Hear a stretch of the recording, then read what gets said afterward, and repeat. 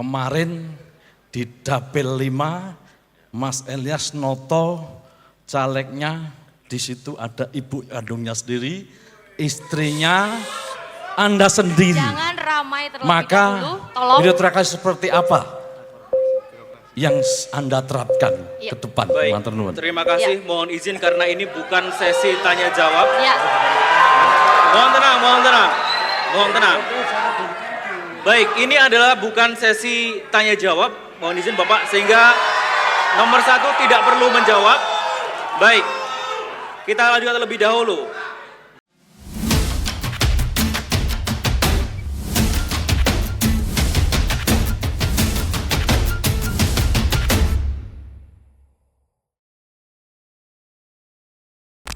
Akhirnya debat terbuka calon bupati dan wakil bupati Kabupaten Karanganyar telah digelar. Luar biasa, ini menjadi penantian bagi masyarakat Karanganyar untuk paling tidak menjadi bahan pertimbangan, referensi untuk para pemilih menentukan, menetapkan dan memantapkan pilihannya yang nanti akan dipilih pada tanggal 27 November 2024. Kita melihat pasangan dari Ilyas Akbar Al-Madani dengan Pak Tri Haryadi, juga ada Pak Robert Kristanto dan ada Ade wakilnya, telah beradu argumen dan tidak sedikit mereka juga saling serang. Tapi nanti kita akan melihat cuplikan videonya yang menurut saya menjadi highlight paling menarik untuk kita tonton dan untuk kita lihat. Dan kita juga akan melihat pasangan mana yang lebih siap dalam berdebat. Ya, kesiapan debat sebenarnya banyak aspek ya. Misalkan dari aspek skill komunikasi, public speaking, bagaimana berbicara, berpidato di depan orang banyak, di depan kamera. Nah, itu perlu teknik komunikasi, public speaking, gestur, ekspresi, kontak mata dan semuanya. Kemudian juga akan dilihat bagaimana kesiapan mental, emosi, ketenangan, termasuk juga stamina. Kemudian juga bagaimana kita akan melihat para pasangan ini tentang kesiapan mereka menyampaikan visi, misi, program kerja yang menarik, yang menjadi unggulan masing-masing, yang itu mudah dipahami, mudah dicerna oleh masyarakat. Nah, yang penting lagi juga bagaimana mereka, para pasangan calon ini menyiapkan data dan fakta yang bisa mendukung argumentasi. Nah, kemudian juga kita akan melihat bagaimana kualitas intelektual, kapabilitas, bagaimana mereka bisa berpikir logis, sistematis, analitis, kritis, dan bisa memandang permasalahan itu secara komprehensif. Karena seorang pemimpin itu memang harus cerdas, bisa melihat permasalahan itu dari berbagai sudut pandang. Nah, kemudian juga yang perlu mereka siapkan bagaimana bisa mengemas tentang isu-isu lokal dan permasalahan yang dialami oleh warga. Ya, tentu nanti dikaitkan juga pengetahuan, pemahaman mereka yang cukup tentang tema yang sedang dibahas. Kemudian juga bagaimana nanti mereka melakukan serangan-serangan yang bisa membuat lawan terjatuh. Nah, ini yang nanti akan kita lihat videonya seperti apa. Yang pasti untuk tema debat yang kayaknya KPU Karanganyar hanya menyelenggarakan 1 kali debat terbuka calon bupati dan wakil bupati Karanganyar ya. Temanya adalah tata kelola pemerintahan yang akuntabel dan inovatif, ekonomi berdaya saing dan kehidupan sosial berkarakter. Ya, memang dalam pilkada kekuatan figur, ketokohan dari masing-masing pasangan itu sangat dominan pengaruhnya. Kadang dukungan partai politik, tokoh-tokoh politik yang lain, tokoh masyarakat, ya punya pengaruh tetapi kadang tidak terlalu signifikan. Baik ya, kita akan melihat bagaimana panasnya jalannya debat calon bupati dan wakil bupati Karanganyar. Dan ini yang saya highlight ada beberapa hal ya. Nah, pertama saya melihat Pak Robert itu sudah mencoba untuk menyerang atau tanda kutip menjatuhkan mental Mas Ilyas. Karena notabene Mas Ilyas masih muda, belum banyak berpengalaman di eksekutif maupun legislatif. Jadi Pak Robert memulai pertanyaan itu bahwa Mas Ilyas belum punya pengalaman apa-apa. Pengalaman pemerintah, Mas Ilyas belum punya. Kemarin Tenang. kalau tentang ketua partai oke. Yang terjadi di program panjenengan di meritokrasi, saya kepengen menanyakan.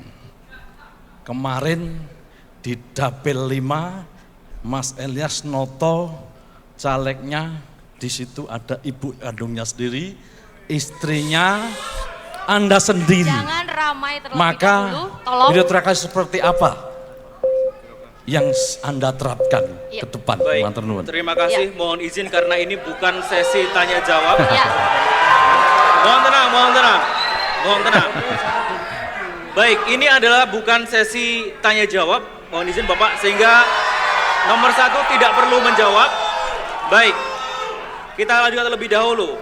Iya, luar biasa. Di sini Pak Robert di awal-awal itu sudah melakukan serangan yang cukup dahsyat kepada Mas Ilyas ya. Padahal ini belum sesi tanya jawab, baru sekedar respon dan tanggapan. Ya ini boleh dibilang dari sisi aturan debat ya ini blunder ya bagi seorang Pak Robert, blunder. Jadi ya harusnya respon begitu. Jadi nggak usah ada kata-kata pertanyaan. Jadi mungkin langsung aja diulas aja. Misalkan tadi tentang tata kelola pemerintahan yang meritokrasi, yang bersih, yang baik, good governance yang seperti apa begitu ya udah diulas. Jadi itu statement ya, bukan pertanyaan. Ya kalau menurut saya pribadi, menurut saya memang dinasti politik itu sudah menjadi sesuatu yang lazim begitu. Ya, kita melihatlah bukan hanya di Karanganyar, hampir di semua daerah begitu. Ketika bapaknya sudah menjabat bupati, kemudian menurunkan ke istrinya, ke anak-anaknya, sama begitu. Termasuk di DPRD, di DPR, legislatif, ya sama begitu. Karena mereka lah yang punya peluang dari sisi logistik, materi, popularitas begitu. Ya menurut saya nggak masalah ya selama itu memang pilihan rakyat begitu. Ya ketika rakyat nggak mau, meskipun dia anak mantan bupati, anak presiden, anak siapapun begitu, kalau memang rakyat nggak mau, masyarakat menolak ya nggak mungkin akan dipilih begitu.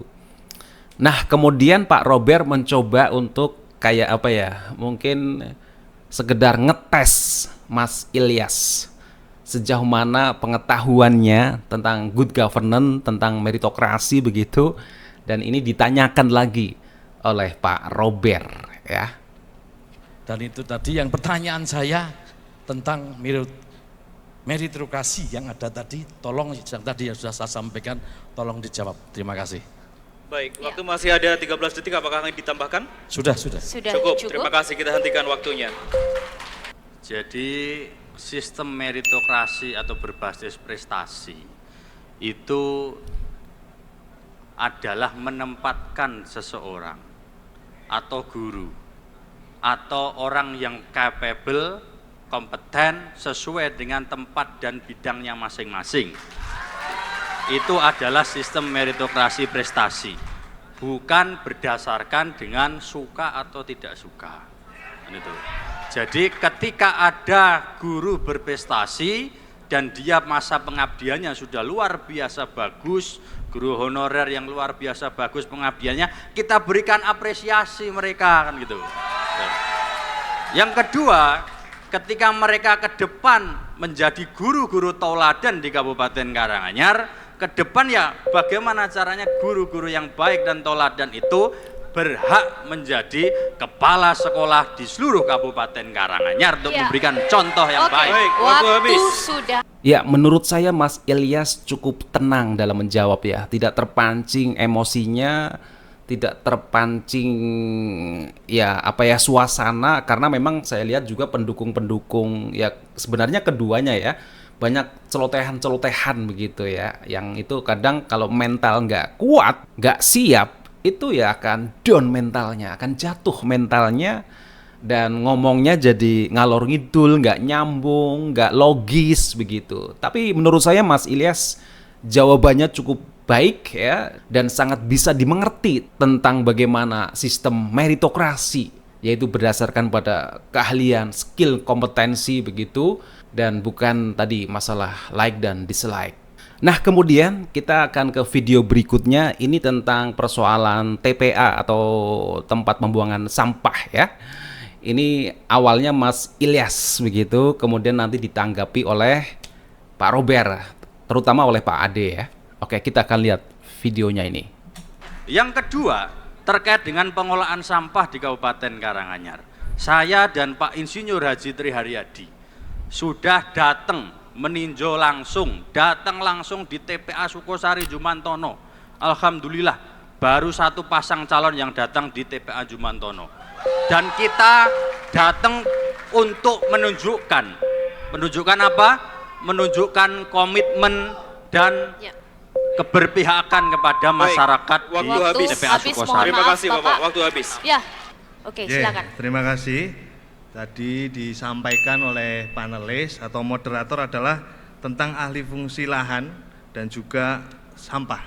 Jadi menurut kami kalau ahli fungsi lahan tadi belum terjawab oleh pasangan 01, tapi terkait dengan sampah sebelum penjenengan hadir ke sana, alhamdulillah di tahun perubahan tahun ini saya di anggota DPRD bersama Ketua DPRD dan kawan-kawan anggota DPRD sudah kita anggarkan, dan ini memang nanti akan kita perbaiki, kita kelola sampah dengan baik.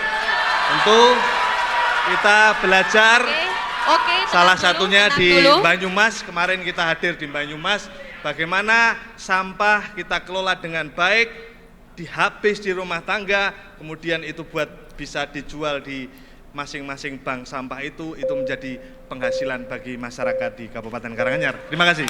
Ya, ini saling mengklaim ya bagaimana para pasangan ini peduli terhadap permasalahan sampah yang memang ini luar biasa menjadi polemik, menjadi isu dan permasalahan klasik tentang bagaimana penyelesaian sampah yang memang terus menggunung, menumpuk.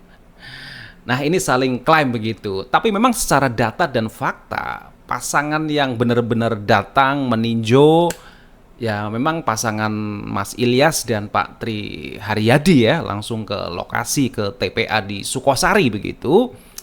Dan itu tak terbantahkan data dan fakta itu ya. Kemudian ini disanggah, tapi sanggahnya adalah ya Pak Robert terutama dijawab oleh Pak Ade ya. Itu sudah melakukan penganggaran untuk soal sampah. Ya, sebenarnya kita melihat juga soal penganggaran itu sebenarnya kan di sana banyak fraksi ya. Mas Ilyas sebagai ketua Partai Golkar, kemudian Pak Tri juga sebagai ketua Partai Demokrat, itu juga sama-sama menyetujui tentang anggaran itu agar permasalahan sampah itu bisa segera teratasi di Bumi Intan Pari, Kabupaten Karanganyar ini begitu.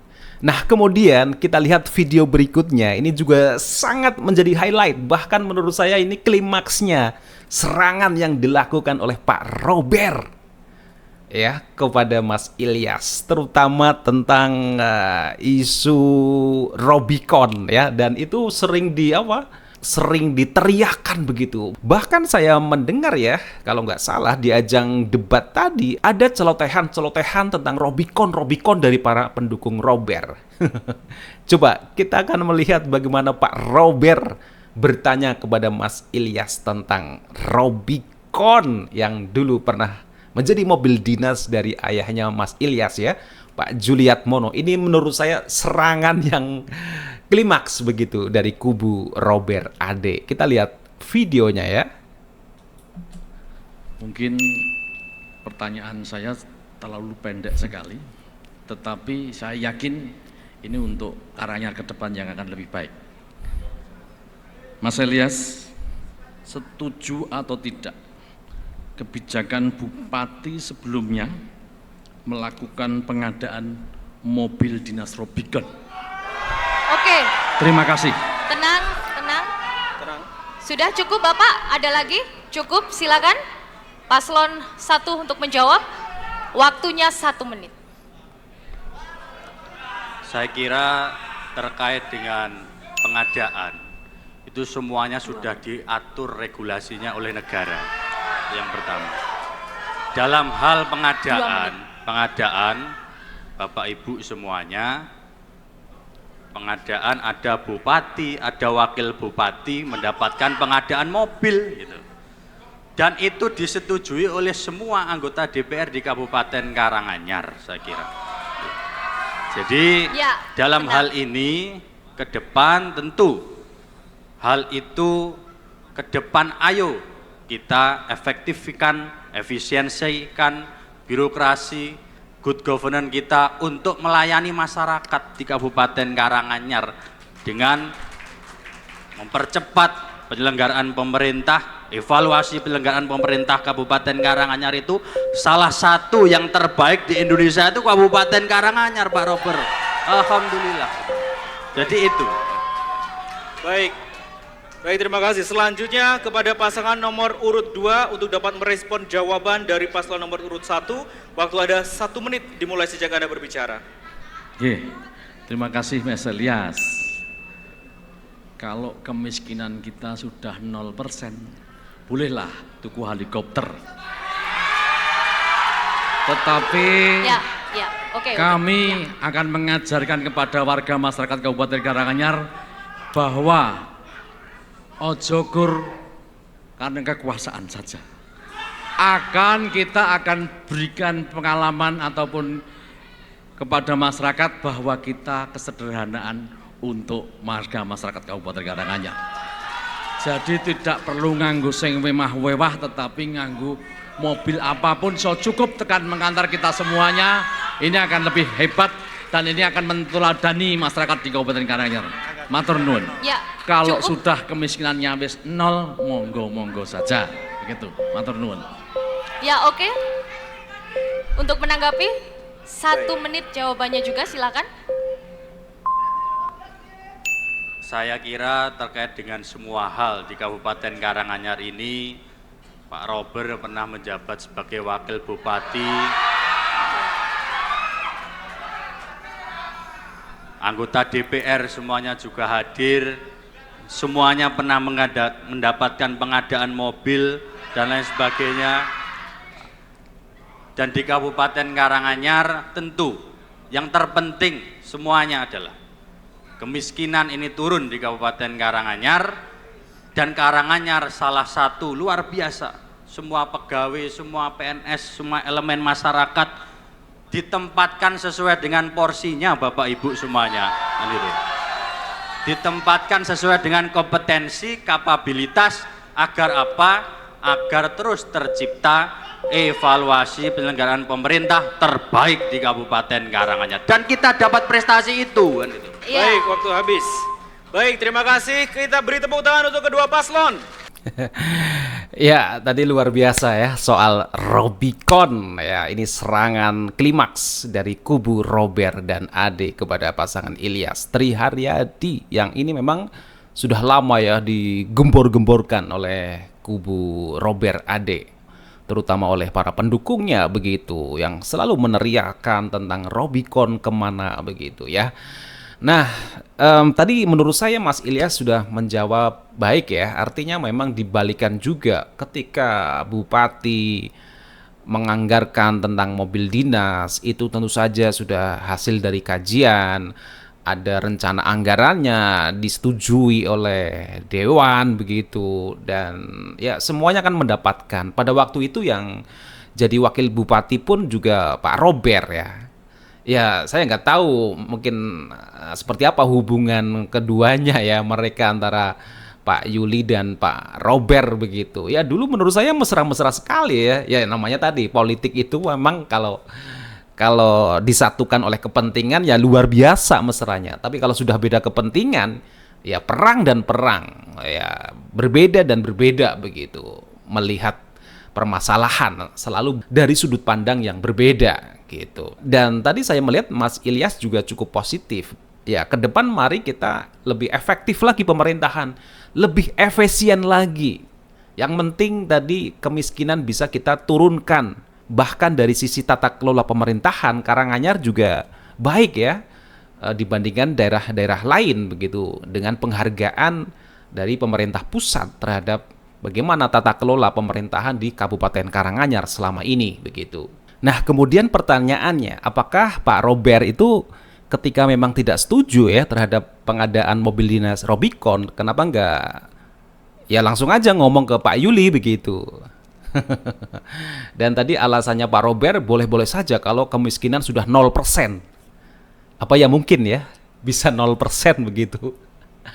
Ya yang namanya debat ya, bagaimana cara menggiring opini narasi begitu agar bisa dipercaya oleh masyarakat, bisa mempengaruhi masyarakat.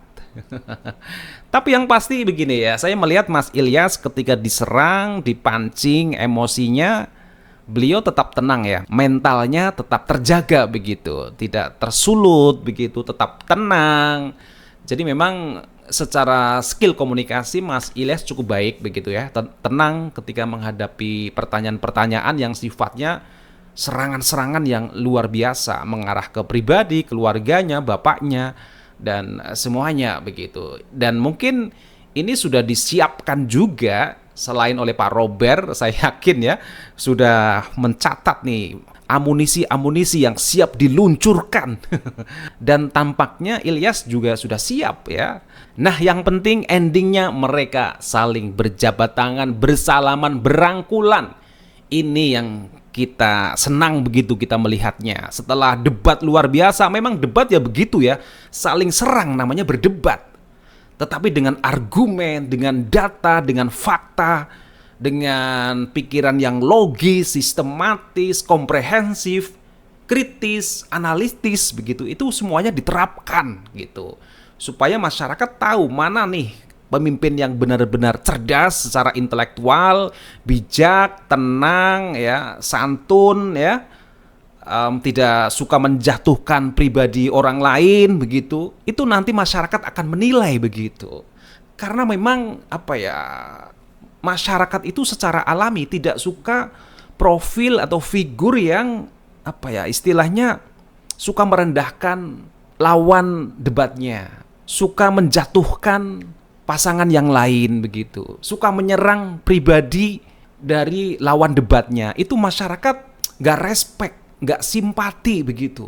Dan ini sudah terbukti di Pilpres 2024 kemarin begitu. Bagaimana ketika ada pihak yang terlalu menyerang, menjatuhkan, itu malah nggak disukai oleh masyarakat, meskipun fakta itu ada begitu. Oke, intinya itu analisis saya berusaha objektif ya, bagaimana mengamati, bagaimana melihat jalannya debat yang luar biasa, dan ini hanya sekali dilakukan ya di Pilkada Karanganyar tahun 2024, dan paling tidak ini menjadi referensi bagi pemilih. Tapi ya menurut saya pengaruhnya ya nggak terlalu signifikan ya. Saya yakin masyarakat Karanganyar sudah menentukan pilihannya begitu ya. Sudah tahulah siapa yang layak untuk memimpin Karanganyar ke depan. Kalau kita melihat dari visi, misi, program-program yang benar-benar realistis, menjawab permasalahan masyarakat, dan juga dilihat dari sosok figur ketokohan ya dari masing-masing pasangan. Oke, sekian dulu konten dari saya. Terima kasih sudah nonton video-video saya. Sampai jumpa.